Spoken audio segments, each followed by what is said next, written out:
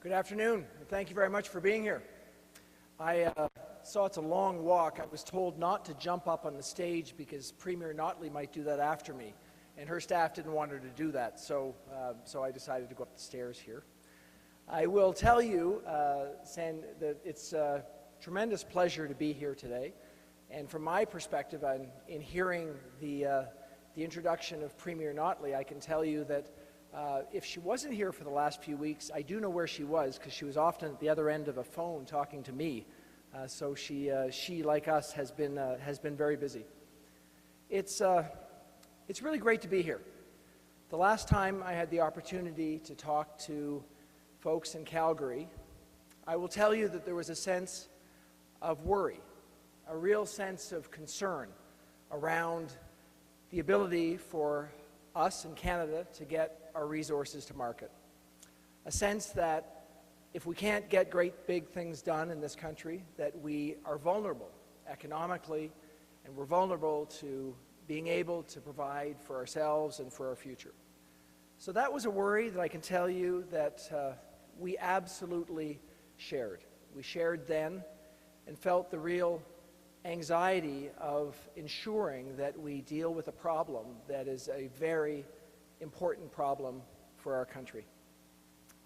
We were faced with a challenge, and the challenge was dealing with a project, the Trans Mountain Expansion Project, that we knew was in the best interests of the country.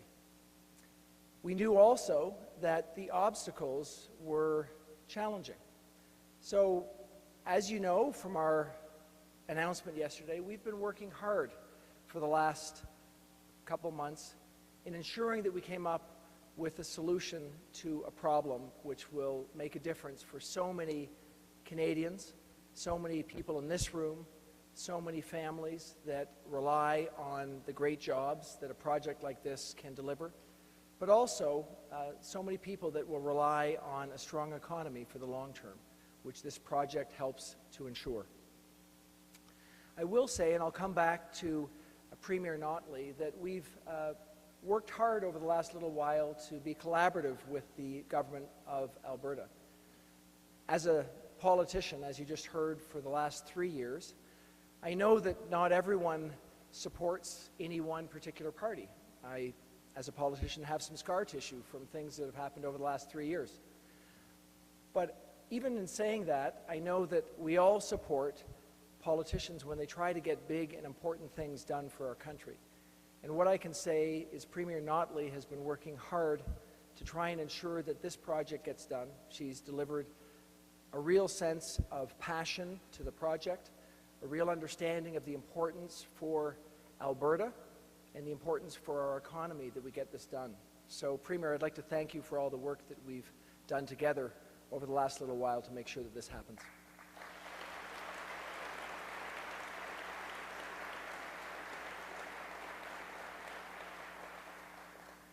I'll say also that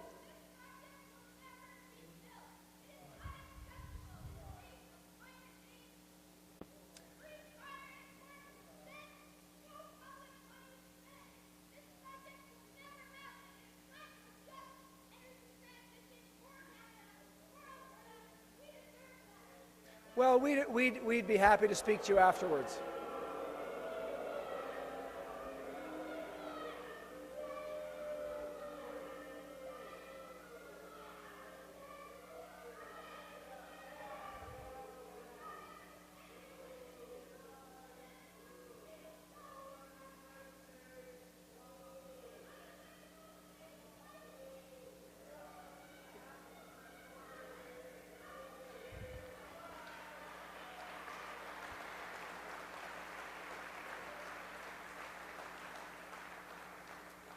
I think what we all realize is that hard things are hard, and we will continue to face challenges in doing things that are going to make an enormous difference for our economy over the long run.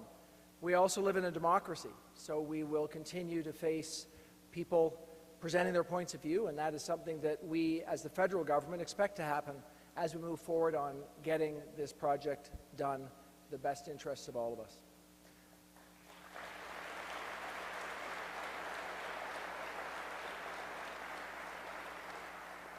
I also want to recognize that being a politician since 2015 and being a strong defender of this project, I know there's been many other people that have been on this for a much longer time than I have.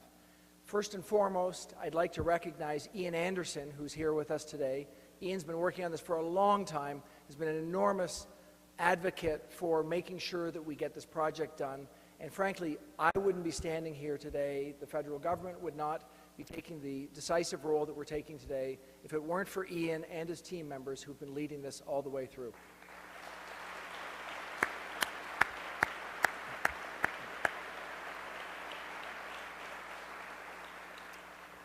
Ian, we had a little round table before this. Someone asked whether you were comfortable now being a government employee.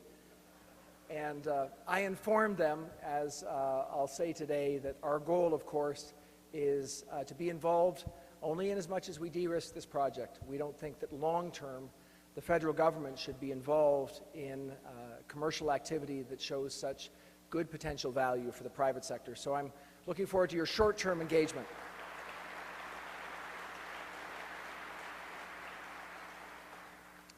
So over the last day, since we've announced this, there have been, of course, the people who are paid to oppose, that have opposed some of the things that we've decided to do. There have been those like the protesters who just walked into the room who have said they don't agree with what we've done. And there have been those who support what we're doing because they know that we need to get the project done, but who have real questions about how we're doing it. And I want to address those questions first. I'll tell you, as someone who had the good opportunity to be in business for my career, that we did not think that the first best alternative for us was for the federal government to step forward and to need to purchase this project. That was clearly not our first best alternative. I'll tell you personally, that was not what we wanted to do as we started out thinking about how to ensure that this project got done.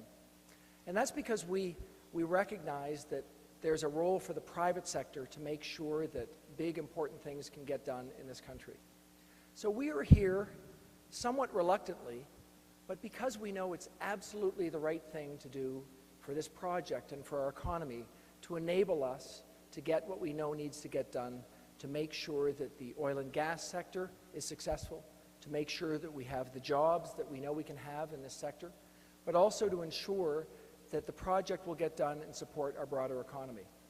We have a broader need, of course, to make sure that the rule of law in our country continues to be a clear advantage that enables business investment. When a project gets approved by the federal government, when it gets approved by the provincial government, when it goes through a robust environmental process, when we deal with the potential risks in a way that is constructive and proactive with things like the Oceans Protection Plan, we need to have a path to actually get things done. So the fact that those obstacles were creating an impediment to getting it done meant that we felt that the alternative that we had was for us to step forward and to make sure that the project gets done. And that's why we're here today. But I want to say as well that we are here for what we hope to be a relatively short time. That time that we want to be involved is driven by our goals in what we're trying to achieve. We've said that we are looking towards having assurance that the private sector eventually takes on the role of owning and delivering the Trans Mountain Pipeline and the expansion. So we will seek to have private sector ownership at a time that makes sense, ensuring that we meet up to the goals that we're trying to achieve. So I want to lay out for you those goals, and we started out pretty clearly with those goals as we began our discussions with Kinder Morgan. First and foremost, we want the project to get done. So we are not going to in any way jeopardize that first priority.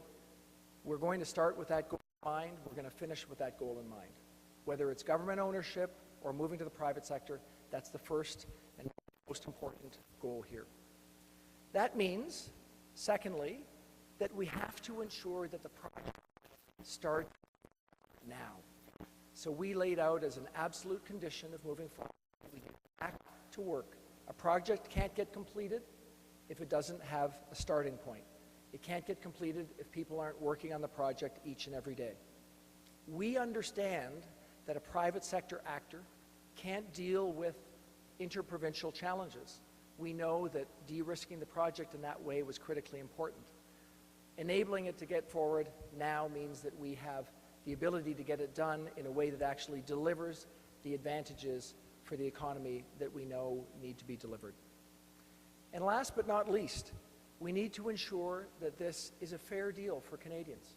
So we worked hard with Kinder Morgan to make sure that we got to a fair price.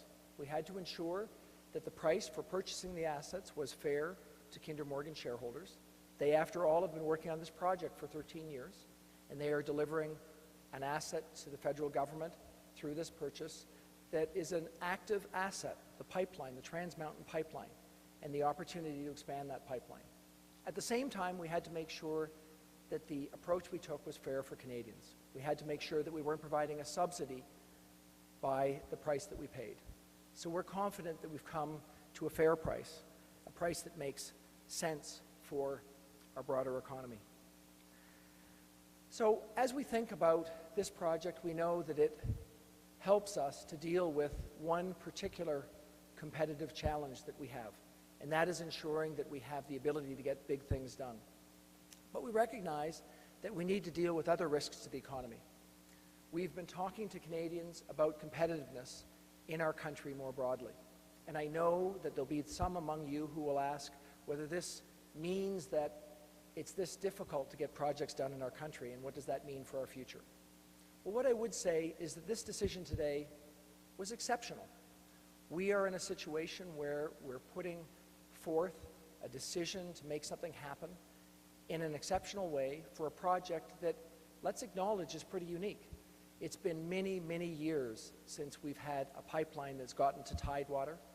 The last big expansion, of course, was back when the Trans Mountain pipeline was done in 1953.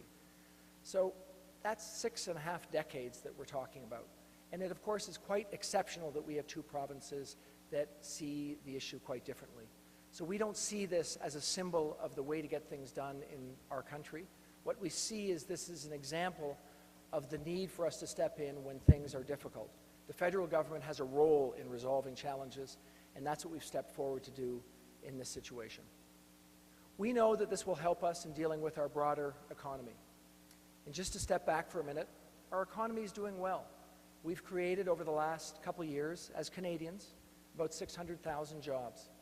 We have the lowest rate of unemployment in our country that we've seen since 1976. We've had wage growth, which is positive. We had a strong level of growth in 2017, about 3% rate of real growth, which was the fastest in the G7 countries. I say all this not to say that we can be complacent. We know that the changes in our world mean that we need to be thinking aggressively about what we do next. Competitiveness really matters. Canadians in the business community are rightly anxious. Getting access to market was critically important, and we're now ensuring that that happens. We also are trying to deal with changes in our trading environment. We're working hard on coming to an agreement on NAFTA, but we recognize that we need to stand up for Canadians and ensure that any deal we get to is good for Canadians. So that will be the test that we take as we try to negotiate that agreement, which would be in the best interests of our economy. And of course, we need to deal with other changes. So we're looking closely at the tax rate changes in the United States to make sure that in the context of a changing world that Canada remains competitive, that the ability for businesses to invest and have a return stays advantageous in the Canadian market. So these things are things that we're going to be working on over the course of the coming months, and I want to tell you that we are going to try to listen to the people in this room and the people across the country who can help us to understand how we remain competitive in the face of a challenging world environment. We believe we are competitive, but we know that there's always more to do. So I'm pleased to be here today. It's particularly good to be here to talk about how we're going to solve an impasse that is particularly problematic. I know that doing this will make a statement to all of you in the room and a statement across the country that the federal government's willing to step up. We do want to support the oil and gas sector, and there'll be those of you who will wonder how much we'll support the sector. And when you have that question, I want you to think back to yesterday And that's the example of how strongly we will support the sector. Thank you very much.